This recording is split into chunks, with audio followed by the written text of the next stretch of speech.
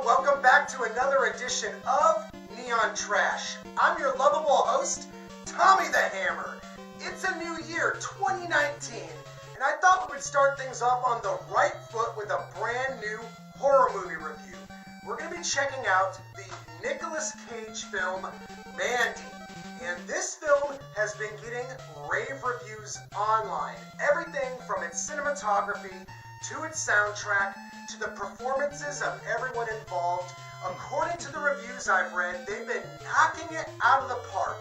And based solely on the trailer I watched earlier this morning, it looks trippy. I can't wait to dive headlong into this one. I love cerebral, psychedelic, retro-esque horror movies, and this movie appears to be just that. So without further ado, guys, peep that trailer for educational and historical purposes.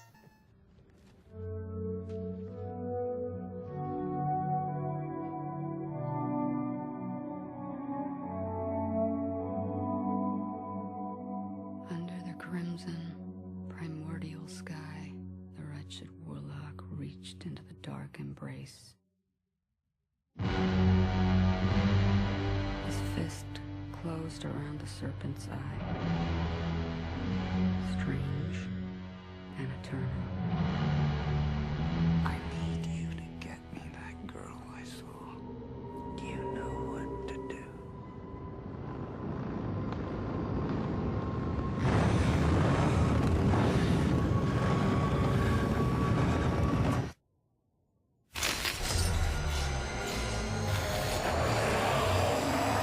You're a special one, Mandy. I, too, am a special one. Let us be so very special together.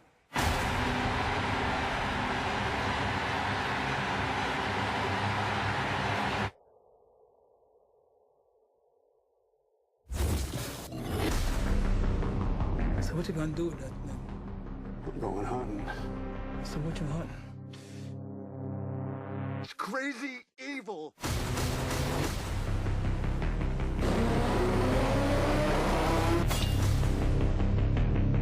You think you're so in love? I'll show you love. Oh man, they wronged you.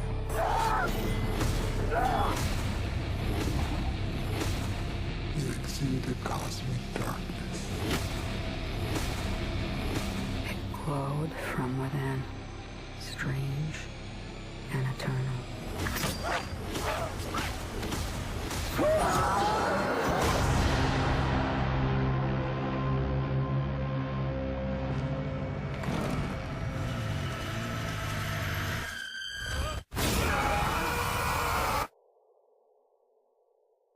You know, guys, when it comes down to actor Nicolas Cage, a lot of his recent efforts have left a lot to be desired. And he really hasn't made a good movie, at least in my opinion, since a lot of his earlier work. I mean, I'm a huge fan of his movie Raising Arizona, which was directed by the Coen brothers, and of course the prolific David Lynch film Wild at Heart, probably one of my favorite Nick Cage movies of all time. So, you know, after those films and in the 90s and predominantly throughout the 2000s, he's made some pure and utter crap, to say the very least. A lot of the critics for this movie, Mandy, are saying that this is his best effort in a long time. And, you know, his performance here is pretty good, but I feel like the damage has already been done when it comes down to a lot of his recent cinematic efforts. So, you know, people might come into this movie and view his performance as a little hammy, or they might not be able to get past the fact that he's made some really shitty efforts in recent years. Personally speaking, I was able to look past all those atrocious movies and just take this film for what it is.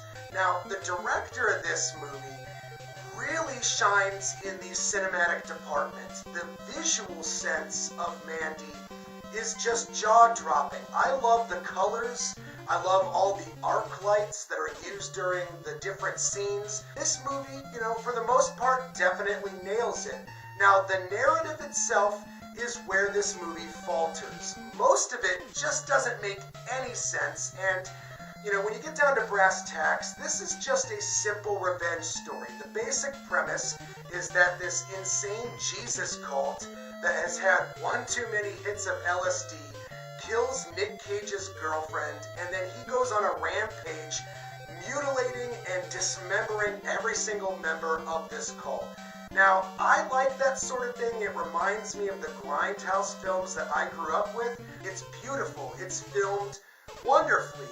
And yeah, it missteps here or there in terms of the plot, but that's not its strong suits. And I really feel like people put too much weight into the story all the time. Now, I'm not saying that movies can't have a riveting and well-written, nuanced, storyline, but sometimes I don't want that. Sometimes I want something that's, visually pleasing or interesting to look at.